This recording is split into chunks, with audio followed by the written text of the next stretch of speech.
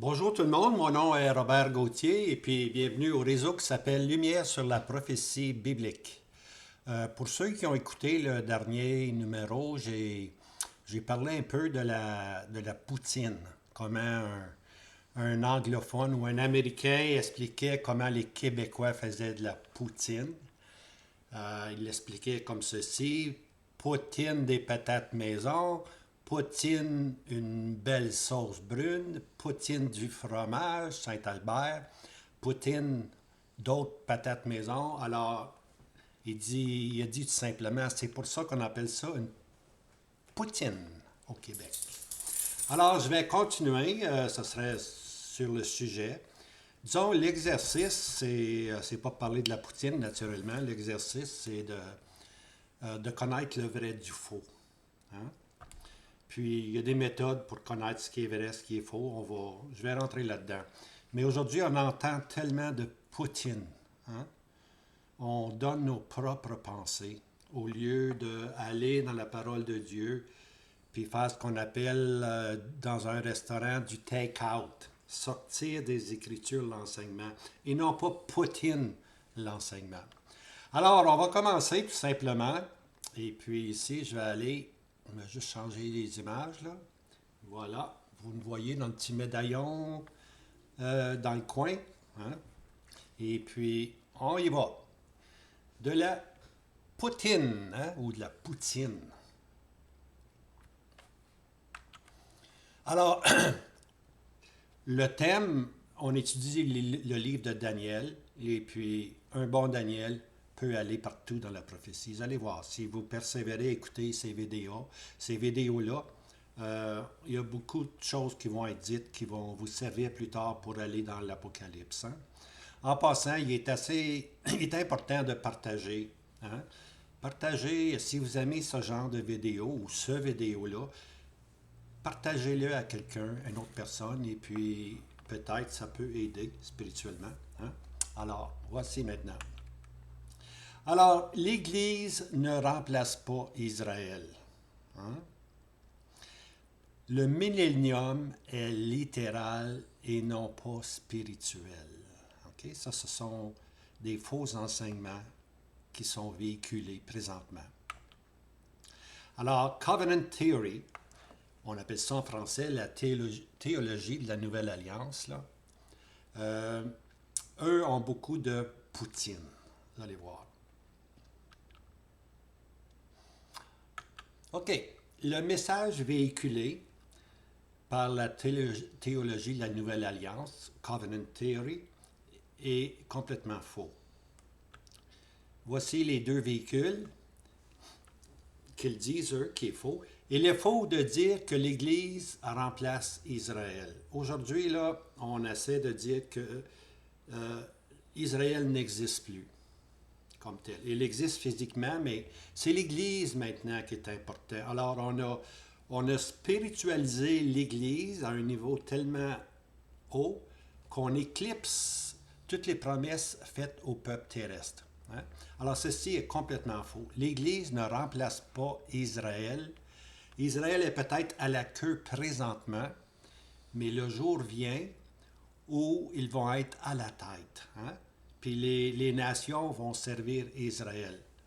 C'est ça que l'Ancien Testament nous dit, c'est ça que la parole de Dieu nous dit. Non, Dieu n'en a pas fini avec Israël. C'est pas fini. Peut-être qu'il a mis Israël de côté pour un temps, oui. Hein? Israël est présentement ce qu'on appelle l'OMI, pas mon peuple. Mais Dieu va les restaurer. Puis lorsqu'il va restaurer Israël, Israël va être la première des nations dans ce monde. Hein? La première des nations. Ce sont les voies de Dieu, ce sont les conseils de Dieu, puis les conseils de Dieu, on ne peut pas les changer. Même si Israël présentement est sous la discipline ou le gouvernement de Dieu, rien n'empêche que Dieu, à cause des pères, à cause des patriarches, a promis qu'Israël occuperait la première des places. OK, le deuxième point, il est aussi faux de dire que le règne millénaire, c'est quelque chose de spirituel. C'est juste spirituel. Non. Le millénium, le royaume, le règne millénaire de 1000 ans, c'est quelque chose de réel, c'est quelque chose de tangible. Hein? C'est pas juste spirituel. Les gens disent, ah, ça c'est spirituel. Il y en a même qui disent qu'on est dans le millénium.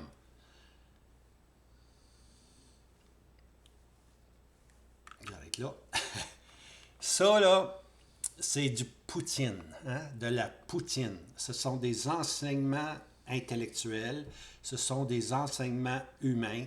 Ce ne sont pas des choses qu'on a tirées de la parole de Dieu, ce sont des choses qu'on a Poutine, on a inventées.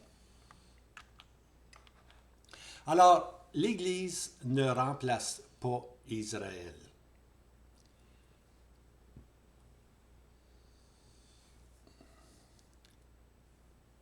Alors, Israël doit occuper sur la terre une place importante. Hein?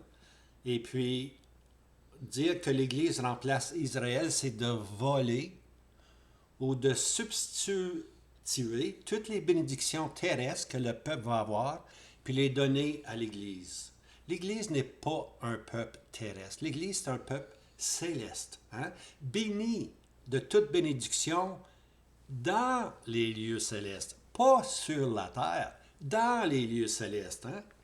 Et puis nos regards ne sont pas sur la terre. On est dans ce monde, mais on n'est pas du monde. Okay? L'Église n'appartient même pas au temps, pour ainsi dire. Elle appartient à l'éternité. Hein? Créée, pour ainsi dire, dans la pensée de Dieu avant la fondation du monde. Ça, c'est la place de l'Église.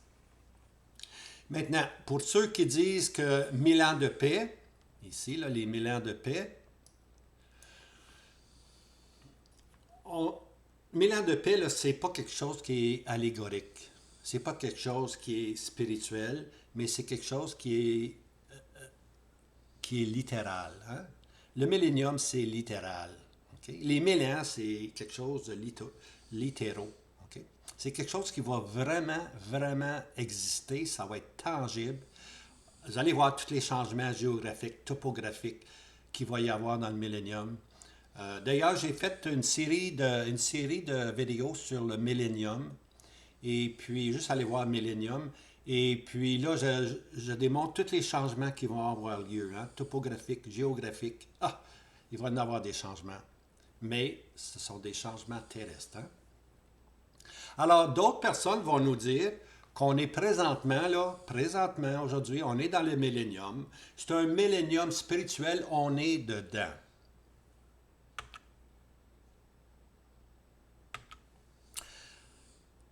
Alors, si on est dans le millénium, y a-t-il quelqu'un qui veut faire le test suivant?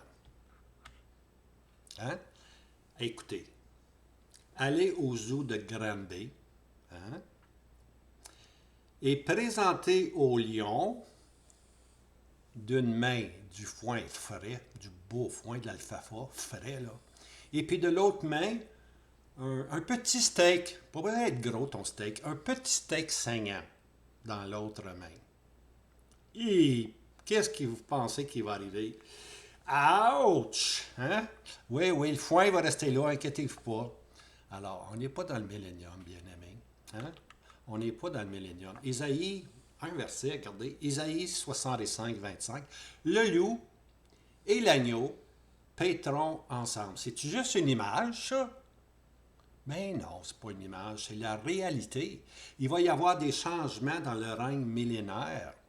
Le loup et l'agneau paîtront ensemble, et le lion mangera de la paille, comme le bœuf. Imaginez-vous, on n'aura plus peur du lion. Hein? On n'aura plus peur du lion. C'est pas des... C'est la parole de Dieu. Puis essayer de nier ça, c'est s'engouffrer dans des doctrines puis des enseignements de la poutine, tout simplement. Et voici le verset. Et voici l'image, bien-aimé. Ça va être réel comme ça. Le loup et l'agneau paîtront ensemble. Le lion mangera de la paille comme le bœuf. Inquiétez-vous pas. C'est littéral. Le millénium va vraiment exister. Hein?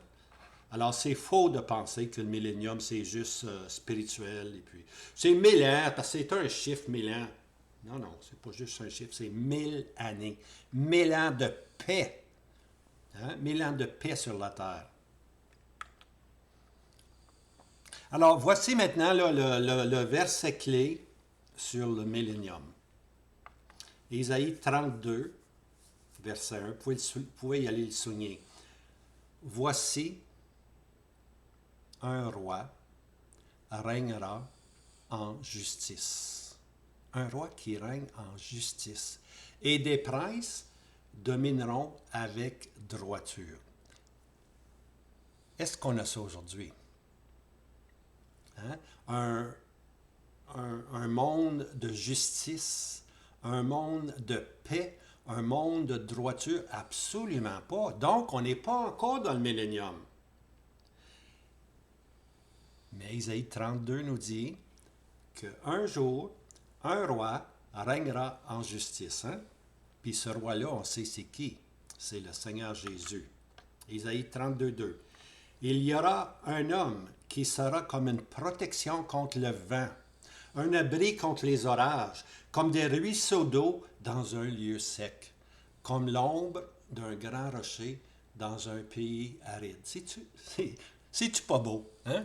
C'est vraiment beau, là. Franchement, là, hein, des ruisseaux d'eau dans un lieu sec, hein?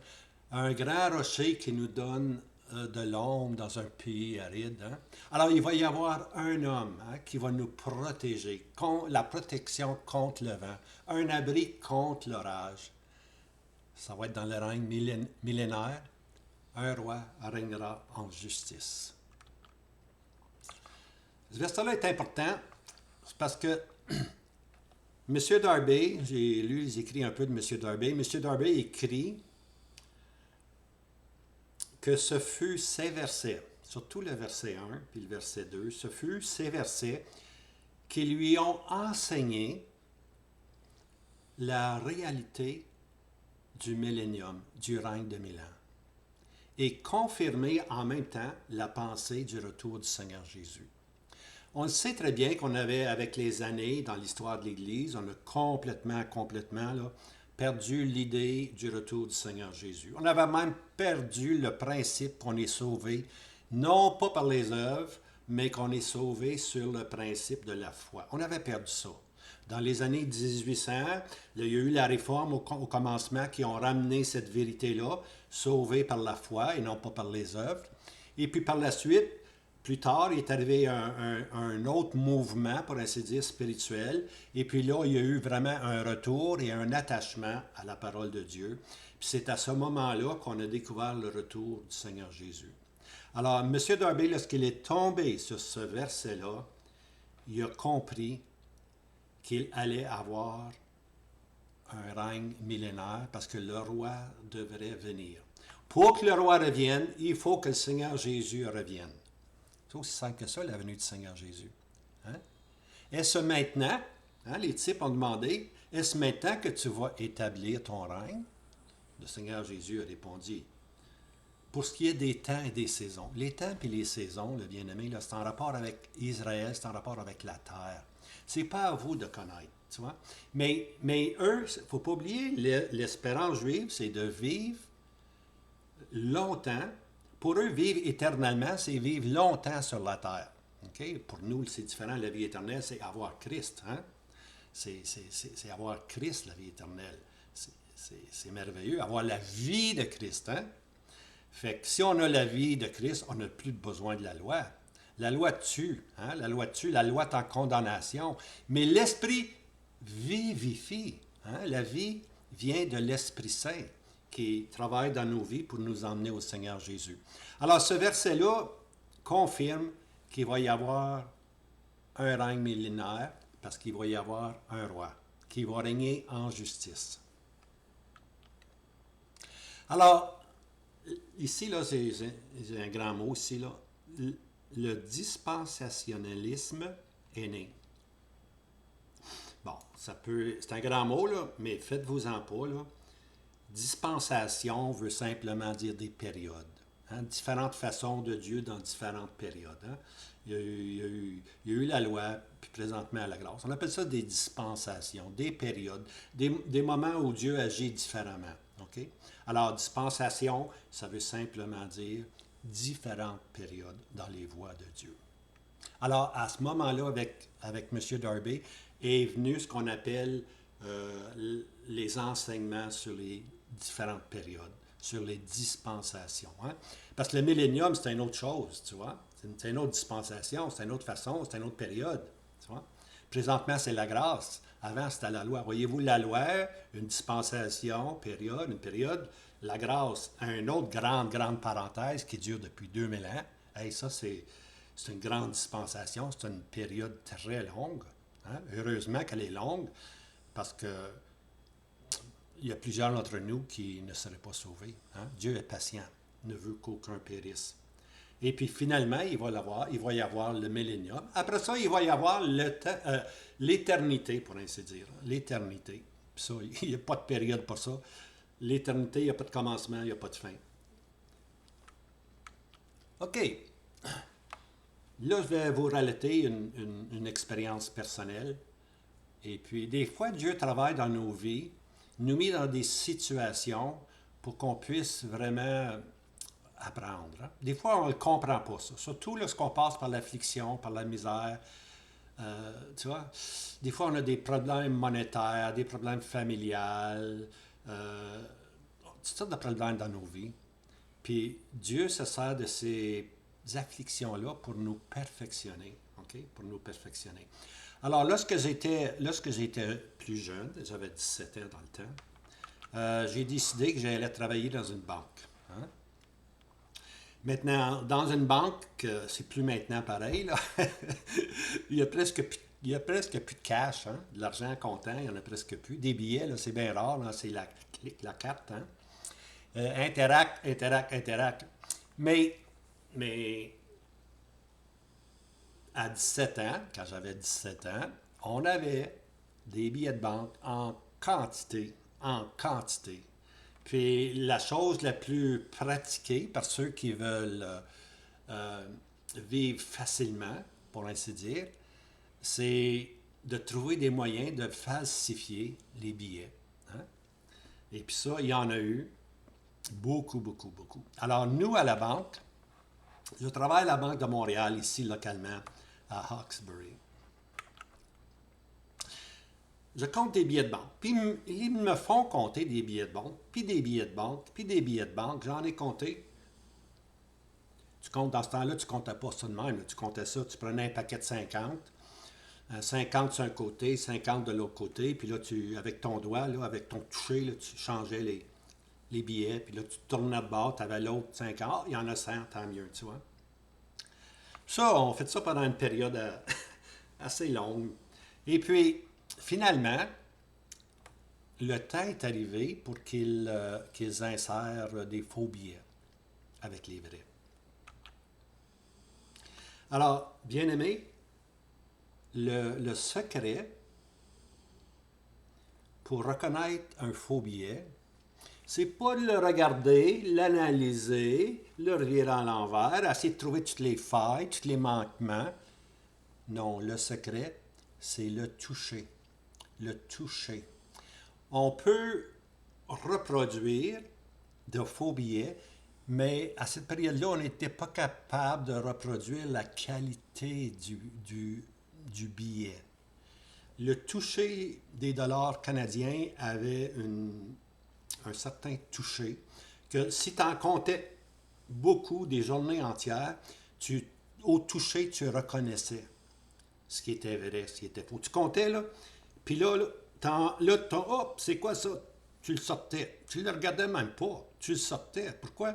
Le toucher t'avait révélé qu'il était faux. Imagine-toi si j'aurais commencé à regarder le faux billet, l'analyser. Ah ben, je connais le faux billet. Ben non, tu ne connais pas le faux billet. Il va en avoir d'autres. Il va en avoir des plus beaux, des meilleurs. Tu vois? Alors, essaie pas de les analyser un après l'autre. Ça, bien aimé, c'est comme essayer de comprendre des erreurs que les gens véhiculent dans la Bible. Hein? Des fausses doctrines qu'on appelle, des faux enseignements, des fausses religions. Hein? Il y en a tellement que tu ne peux pas t'arrêter à essayer de, ah, c'est ça la doctrine numéro un, numéro 2, numéro 3. On ne peut pas s'arrêter à ça, bien-aimé. Ce qui est important, c'est de connaître la vérité, connaître le vrai billet. C'est ça qui nous délivre. Alors, comme je disais, l'index puis le pouce, lorsqu'on comptait l'argent, au toucher, on discerne ce qu'on appelle le faux billet, puis on l'enlève, on ne le regarde même pas.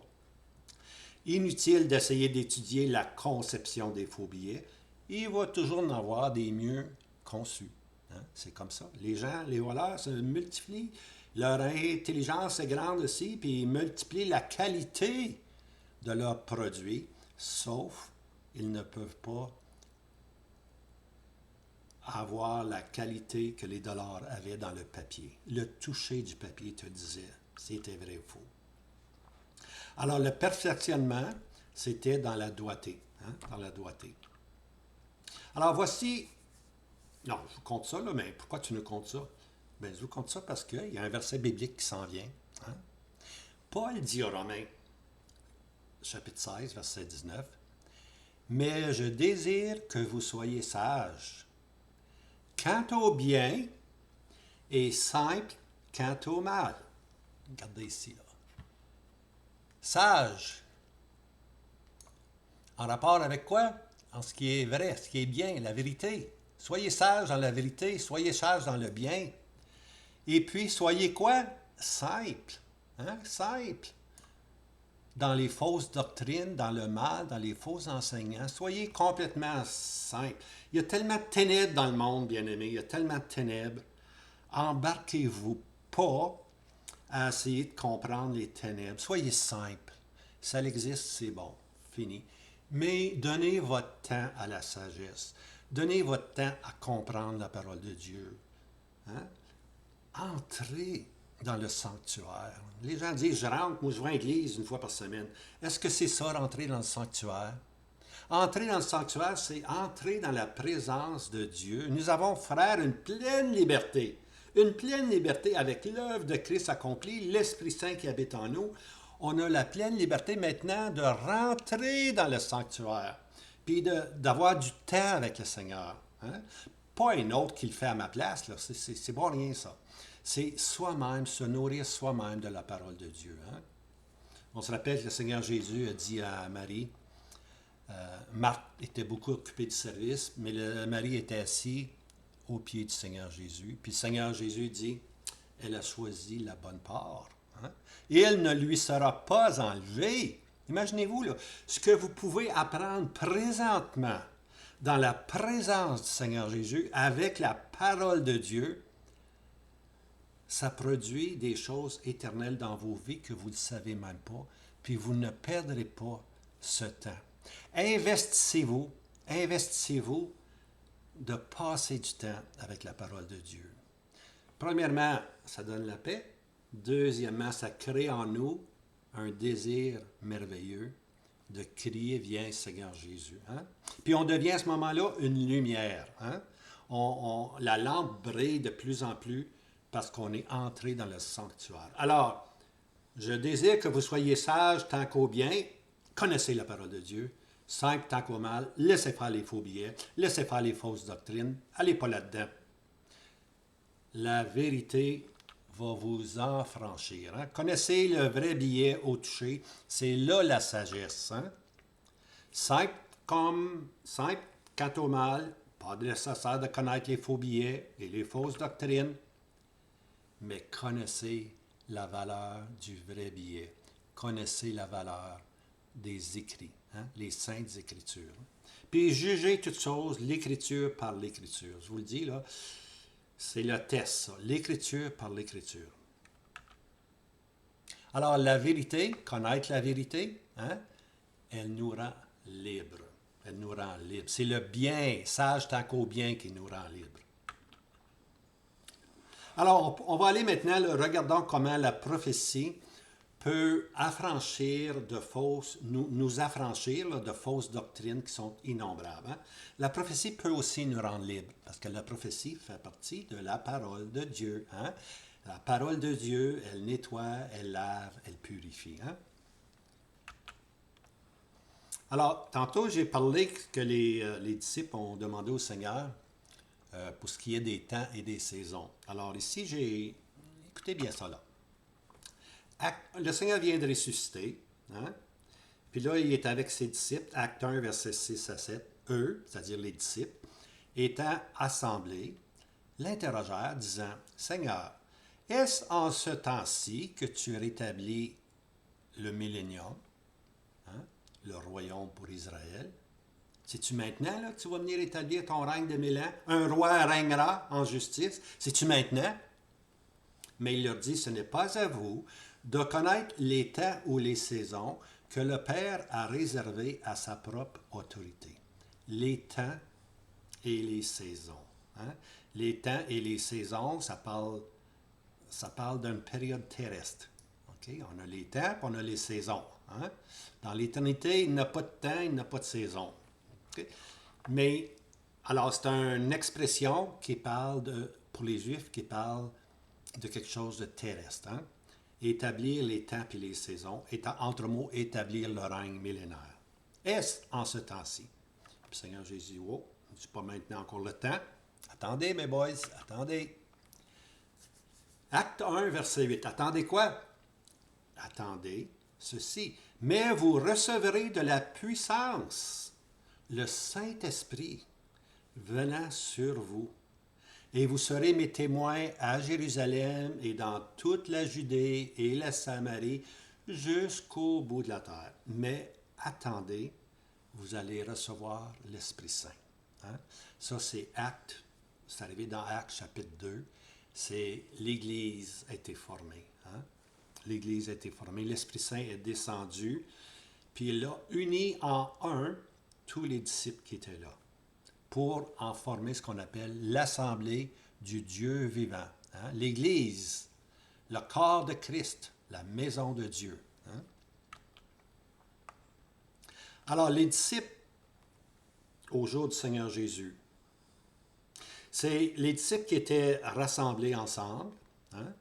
Puis, le baptême de l'Esprit Saint, ça a lieu dans Actes chapitre 2. Ça leur a donné l'occasion pour les chrétiens d'être unis à un chef glorifié, la tête dans le ciel, le corps sur la terre. On se rappelle l'apôtre Paul, hein? Lorsqu'il persécutait les chrétiens. Je suis Jésus que tu persécutes. Oh boy! Pensez-vous que Paul n'a pas eu... Et ça l'a repris, ça, hein? Il s'est converti naturellement, mais il a réalisé que chaque fois qu'il touchait un chrétien, il touchait à la tête. L'Église, elle est vue comme étant unie à un Christ glorifié, qui est dans le ciel. Hein? Alors, à partir de ce moment-là, les chrétiens sont devenus ce qu'on appelle des chrétiens, tout simplement. Mais ils ne s'appelaient pas chrétiens au commencement. Si vous lisez le livre des Actes, hein, c'est tellement beau. Ceux de la voie. V-O-I-E. En anglais, the way people. The way people. Ceux de la voie. Hein? Alors, les chrétiens, les disciples, les chrétiens au commencement, on les appelait comme ça. Paul dit, je persécutais ceux de la voie. Okay? Ça veut dire ça, ça veut dire qu'ils n'étaient pas juifs, puis ils n'étaient pas non plus comme les païens ou les nations. C'est une nouvelle catégorie. Hein? Ne devenez pas une pierre d'achoppement pour les Juifs, pour les assemblées, pour les Juifs, les nations, ni l'Assemblée de Dieu. Alors, ceux de la voie, c'était l'Assemblée de Dieu. Ils étaient pas, comme je disais, ils n'étaient pas juifs, puis ils n'étaient pas païens. Ils marchaient différemment. Est-ce qu'on peut dire ça de nous aujourd'hui? Que cet individu-là n'appartient pas au monde, hein? Puis il n'est pas juif non plus. Il est quoi? Il est chrétien. Ceux de la voie, hein? Ceux de la voie. Même aux Indes, hein? Aux Indes, il était dit, je lisais ça dernièrement, que Gandhi a dit, ça c'était le premier ministre des Indes, hein? Gandhi a dit qu'il serait probablement devenu chrétien s'il n'avait pas connu des chrétiens. Hey, c'est tout. Alors, on s'exhorte à être de ceux de la voie, d'être différents. Hein? d'être une lumière dans ce monde. C'est ça, hein? Aux Indes, maintenant, les hindous qui se convertissent, ils ne se disent pas chrétiens, ils se disent disciples du Seigneur Jésus. Discipleship of the Lord Jesus. Disciples du Seigneur Jésus. On peut comprendre pourquoi. Alors, on continue. Alors là, ici, là, le Seigneur avait dit d'attendre ce moment-là. Et puis maintenant, l'Église, elle est formée. Une nouvelle entité complètement différente. Alors, qu'est-ce qui arrive aux disciples? Ils quittent l'espérance terrestre. Regardez ça ici. Ils quittent l'espérance terrestre. Parce que le désir d'un Juif, c'est de vivre longtemps, éternellement, pour lui sur la terre. Tu vois? Car pour eux, c'était le millénium. Parce que les Juifs connaissent l'enseignement que Christ va régner, tu vois. Mais ils pensaient que sa première venue, il allait établir ce royaume-là, hein? L'agneau avec le loup. Mais non, le Seigneur Jésus n'est pas venu comme un conquérant, un vainqueur pour les délivrer de l'empire des Romains. Le Seigneur est venu pour manifester le Père, hein? Pour manifester le Père, puis faire réaliser aux gens qu'ils avaient besoin du salut. Hein? Alors eux, les disciples-là, ils pensaient vraiment qu'il allait, maintenant que le Seigneur était ressuscité, qu'il allait être dans le millénium très bientôt. C'est pas ça qui est arrivé. Ce résidu pieux-là devient l'épouse de Christ. Et le désir implanté maintenant dans leur cœur, c'est le retour du Maître. Viens, Seigneur Jésus. Hein? Alors, l'Église, c'est l'espérance de l'Église. Maintenant, c'est le retour béni. La bienheureuse espérance, le retour du Seigneur Jésus qui va nous prendre pour nous délivrer de ce siècle. Hein? Pour nous délivrer de ce siècle. Ce qu'on appelle l'enlèvement. Les chrétiens, un jour, vont être enlevés. Hein? Vont être enlevés pour aller au ciel. Maintenant, il y a un verset dans Acte 2, verset 47, qui m'a toujours... je l'avais vraiment pas compris, là, c'est bien simple. Là. Acte 2, 47. Et le Seigneur ajoutait tous les jours à l'assemblée ceux qui devaient être sauvés. Il y a une petite note ici, la version Darby dit ceci. Le résidu d'Israël que Dieu épargne, Dieu maintenant l'ajoutait à l'assemblée chrétienne. Hein? Le Seigneur ajoutait tous les jours à l'assemblée ceux qui devaient être sauvés. Ceux qui devaient être sauvés, c'était les Marie, les Marthe, les Joseph. Tous ces gens-là ont été ajoutés à l'assemblée de Dieu. Hein? Ils ont été ajoutés à l'assemblée de Dieu. Je dis ces gens-là parce qu'il y en a qui sont morts, comme Jean-Baptiste est mort. Alors Jean-Baptiste, lui, il ne fait pas partie de l'époux. C'est ce qu'on appelle l'ami de l'époux, simplement. Tu vois? Mais ceux qui étaient encore vivants, lorsque Acte 2 s'est produit, ces gens-là ont été... Ces gens-là qui devaient être sauvés. Hein? Ils devaient être sauvés, c'était des disciples du Seigneur. Alors, il fallait qu'ils soient sauvés. Au lieu de garder l'entité juive, pour ainsi dire, ils prennent un autre chemin. Ils ont maintenant une autre appartenance. Ils sont dans l'assemblée du Dieu vivant. Ils sont devenus un peuple céleste. Hein? Beaucoup mieux qu'un peuple terrestre. Okay? Le peuple terrestre va avoir sa bénédiction sur la terre, le peuple céleste va avoir sa bénédiction dans le ciel. Il ne faut pas les mélanger, l'espérance n'est pas pareille, et puis c'est important de saisir ça. Alors, ceux qui devaient être sauvés, c'était les disciples, hein? Le résidu juif.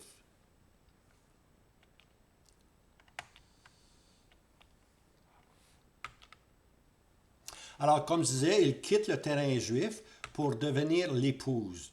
Hein? Puis là, je dis une note que Jean-Baptiste, comme je disais, n'a pas connu Acte 2. Hein? Il était décapité. Hein?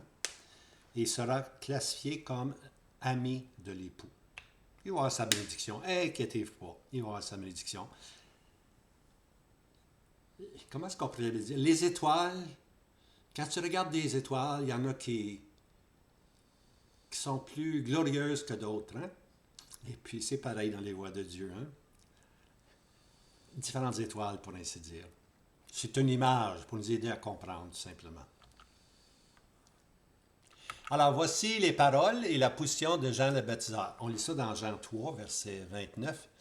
Celui qui a l'épouse est l'époux, mais l'ami de l'époux qui assiste et l'entend est tout réjoui à cause de la voix de l'époux. Cette joie donc est la mienne, est accomplie. Alors, Jean-Baptiste avait discerné que le Seigneur Jésus était l'époux. Hein? Et puis, il se réjouissait simplement, hein, de savoir ceci. Hein? Il se dit l'ami de l'époux qui assiste et l'entend. Hein? Malheureusement, Jean, je dis malheureusement non, Jean n'a pas connu l'Église, il ne fait pas partie du corps de Christ, il est l'ami de l'époux, puis il va avoir sa propre gloire. Ça, inquiétez-vous pas. Alors, comme je disais, il a été exécuté, il n'a pas goûté au baptême de l'Esprit Saint, acte 2. Il assiste, il entend et se réjouit avec joie d'être l'ami de l'époux. Alors, il va y avoir différentes classifications. Un jour, je vais peut-être en parler. Là. Il y en a 1, 2, 3, 4. Il y a 4 classifications dans Apocalypse 20. Hein? Apocalypse 20, en tout cas, je ne me rappelle pas le verset. Là. Un jour, on va voir ça. Alors, le temps et les saisons. Israël appartient au temps et aux saisons, comme j'ai mentionné. L'Église, non. L'Église n'appartient pas à la terre. Elle n'appartient pas au temps et aux nations. Elle est dans le temps, mais elle ne fait pas partie du temps. Hein?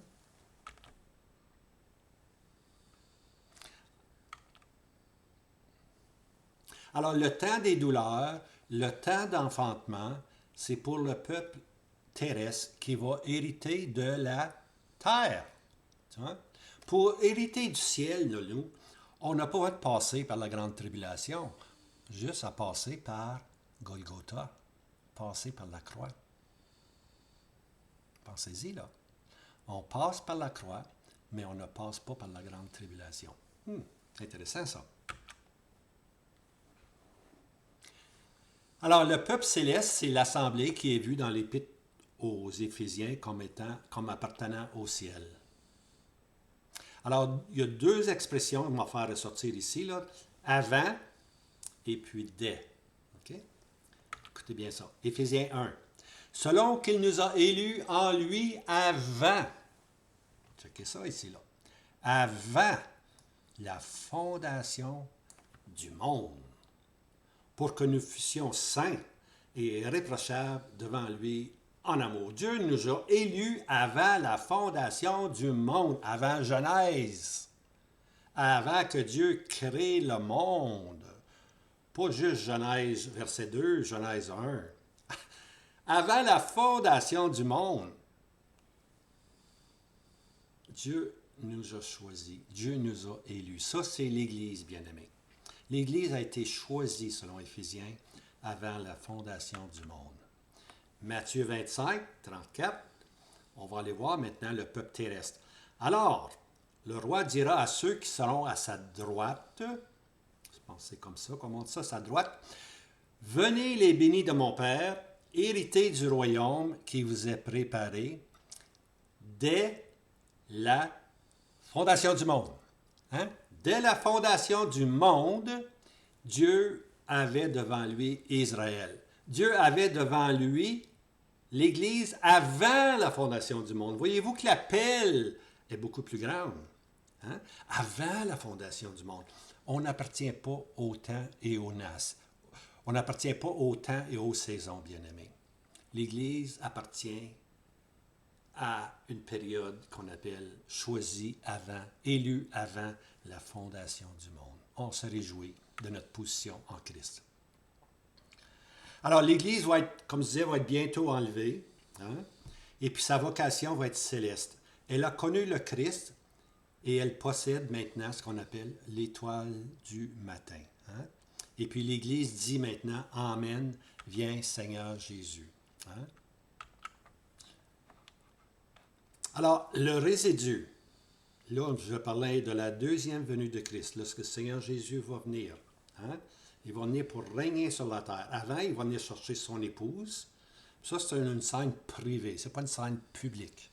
Mais il va y avoir aussi dans la deuxième venue, non seulement une scène privée, l'enlèvement, mais aussi une scène publique, hein, où les gens vont voir de quel amour on a été aimés parce qu'on va être avec Christ. Hein.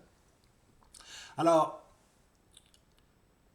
alors, les résidus, hein, les Juifs, lorsque le Seigneur, les Juifs purs, hein, comme les Simon, les Marie, les Marthe qui ont existé au jour du Seigneur 2000 ans passés, il va y avoir encore sur la terre, quelles que soient les désolations qui vont venir, il va y en avoir un petit groupe, hein, un petit groupe, pas beaucoup là.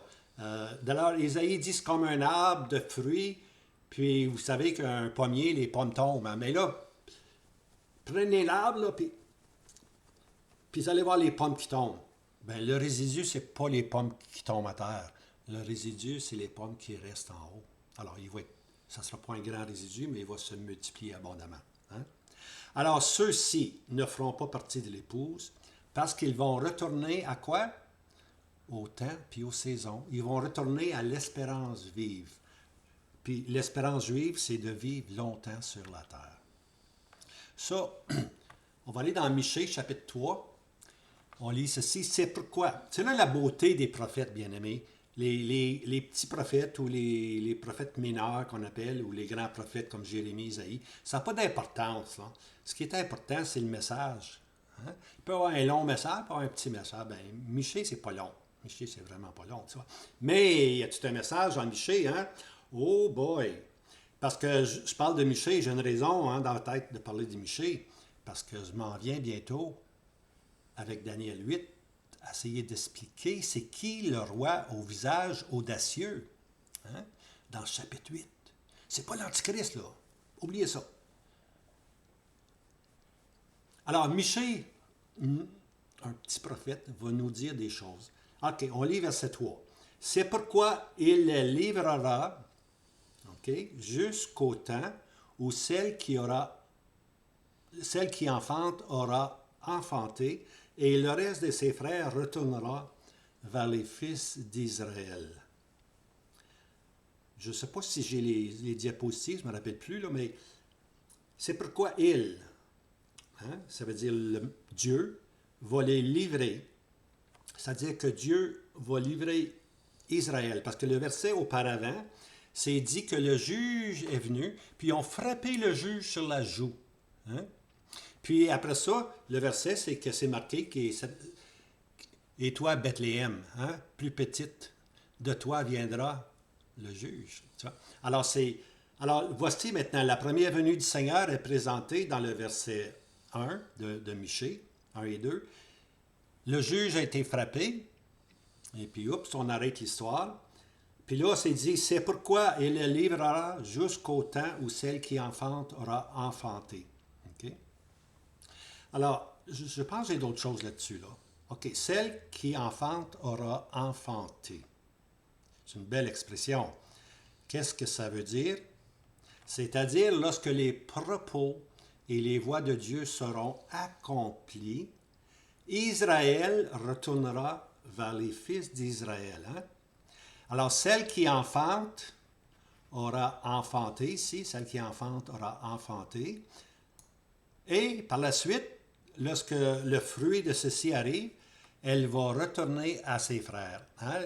Le reste, le résidu de ses frères retournera vers les fils d'Israël. Ils vont de nouveau embrasser l'espérance juive. Hein? Alors, celle qui enfante aura enfanté. Lorsque les propos de Dieu, hein, Dieu va faire passer Israël, il va les livrer pour une période qu'on appelle les troubles de Jacob. Hein? On appelle ça la grande tribulation dans le Nouveau Testament. Dieu va livrer son peuple parce qu'ils ont rejeté le Messie. Dieu va livrer son peuple. Hein? Il va les livrer à une période de ténèbres, puis une période difficile, jusqu'au moment où ça va porter fruit. L'enfantement est arrivé. Hein? Le travail, la souffrance, les douleurs de l'enfantement vont être terminées. Et puis Israël va être restauré. Hein? Et puis lorsqu'Israël va être restauré, lorsqu'ils diront « Béni soit celui qui vient dans le nom du Seigneur », à ce moment-là, ils sont complètement restaurés. Puis ils vont retourner à l'espérance juive. On ne peut pas aller dans l'Église, il n'y en a plus, l'Église est enlevée, bien-aimés. C'est pas ça que l'enlèvement doit avoir lieu. Comment, si l'Église n'était pas enlevée, comment est-ce qu'ils vont retourner vers les fils d'Israël si l'Église est là? Non, non. L'Église est enlevée en grâce, et puis le Seigneur Jésus vient, puis le Seigneur Jésus va revenir avec l'Église, et puis à ce moment-là, lorsque le travail d'enfantement va être complet, Israël va retrouver son espérance terrestre, vivre sur la terre avec le roi agira justement. Alors, ils vont retourner à leur souche et leur espérance. Alors, comme je disais, l'Église sera partie vers l'époux, et le résidu pieux d'Israël embrassera de nouveau l'espérance juive, vivre sur la terre et connaître le millénium. C'est pas juste spirituel. Ils vont vivre sur la terre pendant 1000 ans. Ceux qui entrent dans le millénium vont vivre au moins 1000 ans. S'ils rentrent à 80 ans, ils vont vivre 1080. Je ne veux pas rentrer là-dedans, là, d'autres moments. Alors, quel jour ça va être pour le peuple d'Israël? Alors, ici, regardez, les Juifs ont toujours pris le terrain d'Agar. Comme vous savez, il y a Agar, puis il y a Sarah. Hein? Et puis, Agar, c'était la servante. Hein? Et puis, Dieu avait fait une promesse à Abraham, son épouse, que de eux allait sortir une nation grande comme les étoiles et le sable de la terre. Pourtant, les deux étaient rendus à 100 ans. C'est impossible que Abraham et puis Sarah puissent avoir une telle postérité. C'était pratiquement impossible, mais ils crurent Dieu. Et cela leur fut rendu à justice, parce qu'ils ont cru ce que Dieu avait dit. Aujourd'hui, on vous annonce l'Évangile, on vous annonce la croix. Ceux qui croient au Seigneur Jésus croient Dieu. Puis en croyant Dieu, ils reçoivent le pardon de leurs péchés. Hein? Dieu est fidèle et juste de pardonner quiconque croit au Seigneur Jésus. Et puis maintenant, Dieu justifie ceux qui croient en lui. Et cela fut compté à Abraham et à Sarah comme justice, comme nous aujourd'hui. Dieu ne dit pas, tu es rendu à 100 ans, tu vas avoir des enfants. Non, non, Dieu dit, crois au Seigneur Jésus et tu seras sauvé. Et c'est ça qui nous est compté en justice. C'est ça qui nous sauve. La foi nous sauve. La foi, pas dans n'importe quoi, la foi dans la personne du Seigneur Jésus, le Fils béni du Père. Hein? C'est ça qui nous sauve. Alors, je disais ici que Agar, elle, c'est la servante. Elle se place, elle, sous la loi. Agar, quand on parle d'Agar, on parle de la loi. On parle des mérites personnels. Hein? Agar, c'était le moyen qu'Abraham a pris dans sa faiblesse. C'est le moyen qu'il a pris pour accomplir ou faire accomplir les promesses de Dieu. Dieu lui avait dit, tu vas avoir beaucoup d'enfants, mon gars. Ça n'arrive pas tout le temps assez vite. Hein? On est comme ça des fois. Des fois, on se fait violence. Et puis, on veut, au lieu d'attendre que Dieu intervienne. Hein? Le plus grand caractère d'un apôtre, c'est la patience. La patience. On lit ça dans 2 Corinthiens. La patience a été opérée au milieu de vous. Mais des fois, on se fait violence, puis on veut soi-même faire les choses. Puis là, c'est la chair qui agit. On appelle ça la chair. Hein? La volonté de l'homme qui agit. Hein? La précipitation de la chair pour obtenir la bénédiction promise. Puis ça a été là, une écharde dans la chair de Agar et ses enfants, sa postérité. C'était vraiment là un écharde dans la chair pour le peuple Israël. Hein? Alors, le grand travail de douleur et d'enfantement les placera sur le terrain de Sarah ou Saraï, la foi. Et cela lui fut compté à justice. Hein? Genèse 12, Genèse 21, c'est à ce moment-là, lorsqu'il a cru Dieu, cela lui fut compté à justice. Hein? Et puis nous, lorsqu'on croit au Seigneur Jésus, cela n'est mis sur notre crédit, bien-aimé. On est juste devant Dieu. C'est compté à justice. Hein? Alors, celle qui enfante aura enfanté. Michée 5, verset 3. J'ai dit qu'avec dans Acte 2, le résidu pieux était devenu l'Église. Hein? Ceux qui allaient être sauvés sont devenus l'Église. Ils ont cessé d'être associés aux intérêts terrestres. Mais dans Michée 1, on lit, le juge d'Israël, lors de sa première venue, a été frappé avec une verge sur la joue. Hein? C'est-à-dire celui qui est né à Bethléem. Alors c'est ça les deux versets voulaient. Le juge d'Israël est venu. Hein?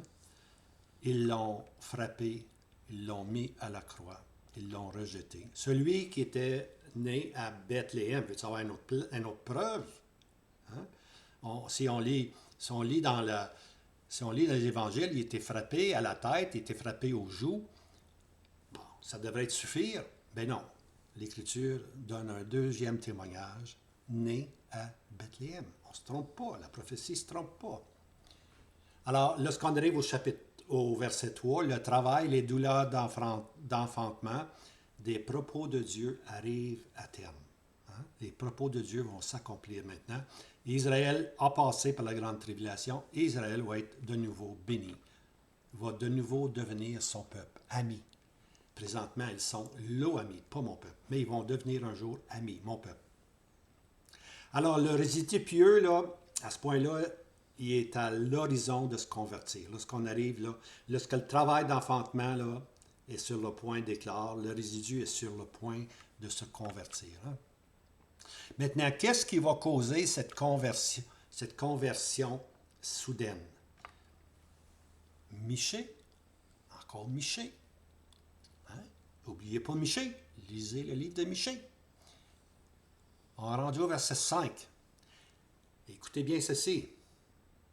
Quand l'Assyrien entrera dans notre pays et quand il mettra le pied dans nos palais, l'Assyrien, ça fait longtemps qu'on n'a pas entendu parler de lui. L'Assyrien, on sait, l'Assyrien, c'est lui que Dieu s'est servi pour juger les 10 tribus. L'Assyrien est venu, puis il a pris les 10 tribus, puis il les a emmenés, il les a envoyés partout en Afghanistan, dans ces pays-là. Ils sont là jusqu'à ce jour, la Bible nous dit. Tu vois? Alors, l'Assyrien ici, Michée nous parle de l'Assyrien. L'Assyrien qui va rentrer dans le pays, il mettra le pied dans nos palais. Pensez-y, là. Verset 6. Il, c'est-à-dire le juge qui a été frappé, hein, celui qui est né à Bethléem, il nous délivrera de l'Assyrien quand il entrera dans notre pays et quand il mettra le pied dans nos confins. Alors, l'Assyrien doit rentrer. L'Assyrien doit venir dans le pays. Il doit venir dans la Judée, captiver, pour ainsi dire, toute la Judée. Hein? Puis même, l'Assyrien historique a essayé, il a fait ça, lui, il est rentré, toutes les provinces, tous les territoires de la Judée ont été saisis, sauf la tête, Jérusalem. Mais ici, on voit que l'Assyrien va rentrer, puis il va mettre les pieds dans les palais, il va rentrer dans Jérusalem. On va le voir avec un verset dans Zacharie. L'Assyrien qui rentre, puis qui viole les femmes, qui prend la moitié de la ville. Alors ça, c'est à venir, bien-aimés. Jérusalem doit passer par un grand siège de nouveau, tu vois. Mais cette fois-ci, l'ennemi, c'est l'Assyrien. Puis l'Assyrien historique, c'était le territoire aujourd'hui qu'on appelle la Turquie, puis la Syrie. Alors, l'Assyrien historique, qui n'a pas pris Jérusalem, qui n'est pas rentré, qui n'a pas pris la tête, mais qui est allé seulement au cou. Hein? Il est allé jusqu'au cou, mais il n'a pas pris la tête, il n'a pas pris Jérusalem. On va probablement le voir. Dans une nuit, il perd 180 000 soldats. Mais dans la prophétie, l'Assyrien est de nouveau présenté ici, puis cette fois-ci, Jérusalem va être saisie et maltraitée. Ici, ce n'est pas la grande tribulation, c'est pas la bête, c'est pas l'Antichrist qui mèneront les Juifs à se tourner vers le crucifié. Avez-vous compris ça, là? C'est pas les souffrances, les persécutions, l'intensité du feu de la grande tribulation. Ce n'est pas la bête impériale, la bête romaine, hein? Ce n'est pas non plus l'Antichrist, le faux roi en Israël, qui va permettre que les Juifs vont avoir le cou brisé, pour ainsi dire. C'est un peuple au cou roide. Hein? Non, c'est pas eux. C'est pas la tribulation. C'est pas la bête. C'est pas l'Antichrist qui va les briser quand l'Assyrien entrera dans notre pays. Quand il mettra le pied dans nos palais. Hein? Puis là, on voit quand ceci va être arrivé, quand cette attaque-là, ce dernier siège sur Israël va se présenter, voici, le Seigneur Jésus va venir mettre les 2 pieds sur la montagne des Oliviers. Hein? Et il nous délivrera de l'Assyrien quand il entrera dans notre pays et quand il mettra le pied dans nos confins.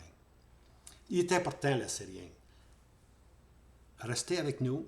On commence bientôt, Dieu voulant la semaine prochaine, chapitre 8. Chapitre 8 de Daniel. Très important. La corne de Daniel 8, c'est lui ici. Là. La corne de Daniel 8, là, le roi du Nord, là, c'est lui ici. Là. L'Assyrien bien-aimé. Personnage inconnu aujourd'hui dans le monde prophétique. Personne ne parle de l'Assyrien. Il parle juste de l'Antichrist, l'Antichrist, l'Antichrist. L'Antichrist, c'est pas lui qui va briser Israël. C'est l'Assyrien quand il va rentrer dans Jérusalem. Et le peuple va être maltraités, à un tel point que de la poussière, ils vont crier vers Dieu.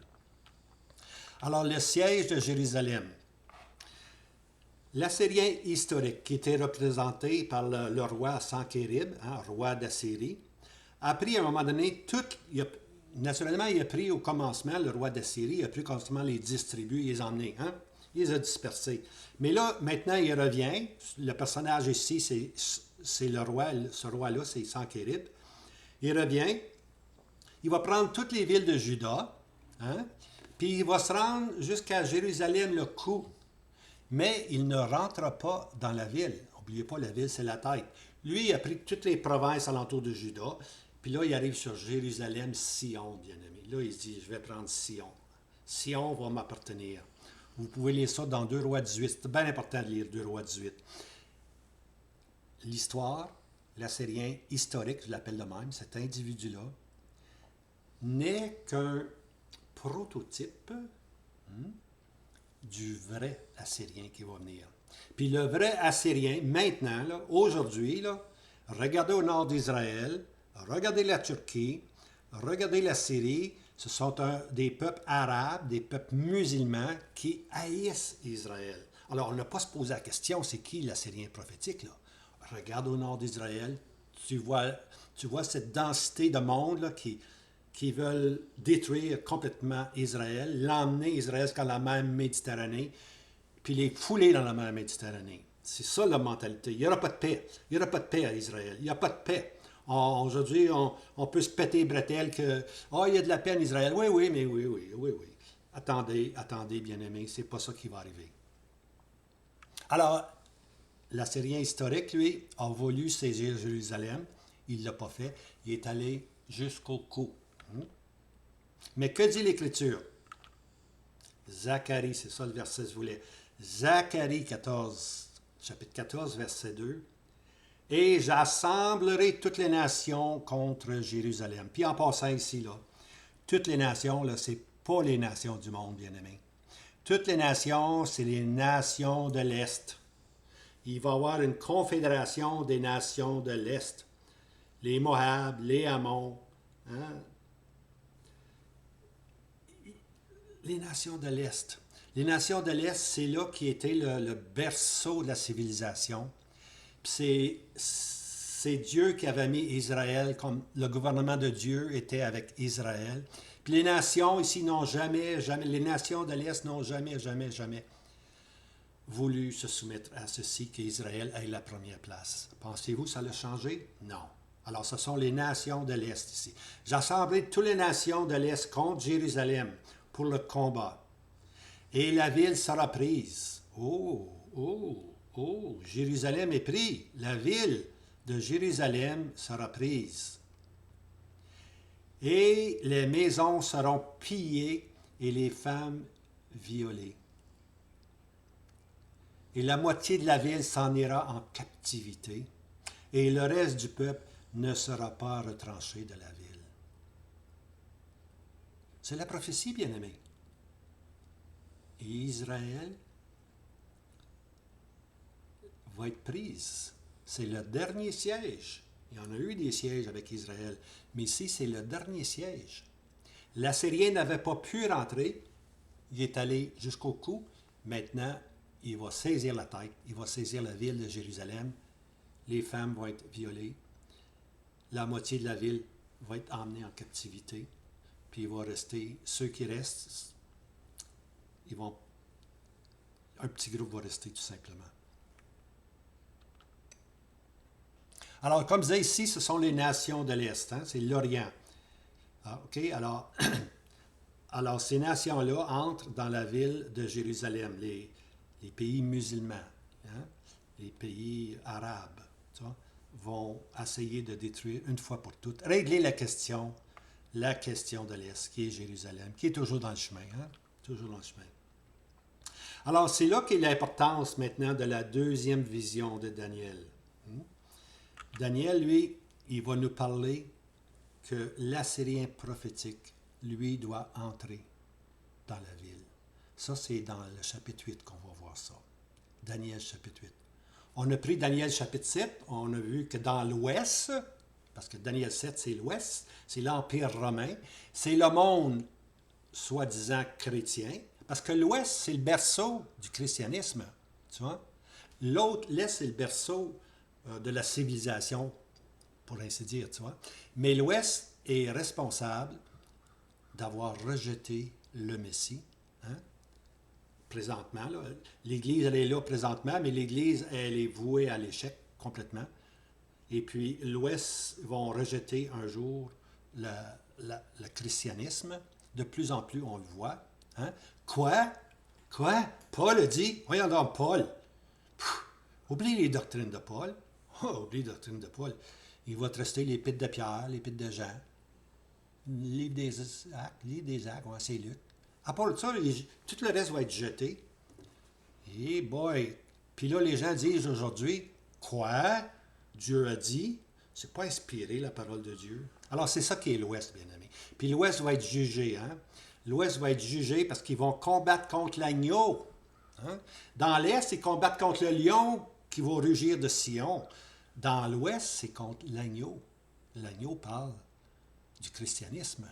Alors, les rois de la terre, les 10 rois de la terre vont s'élever contre l'agneau.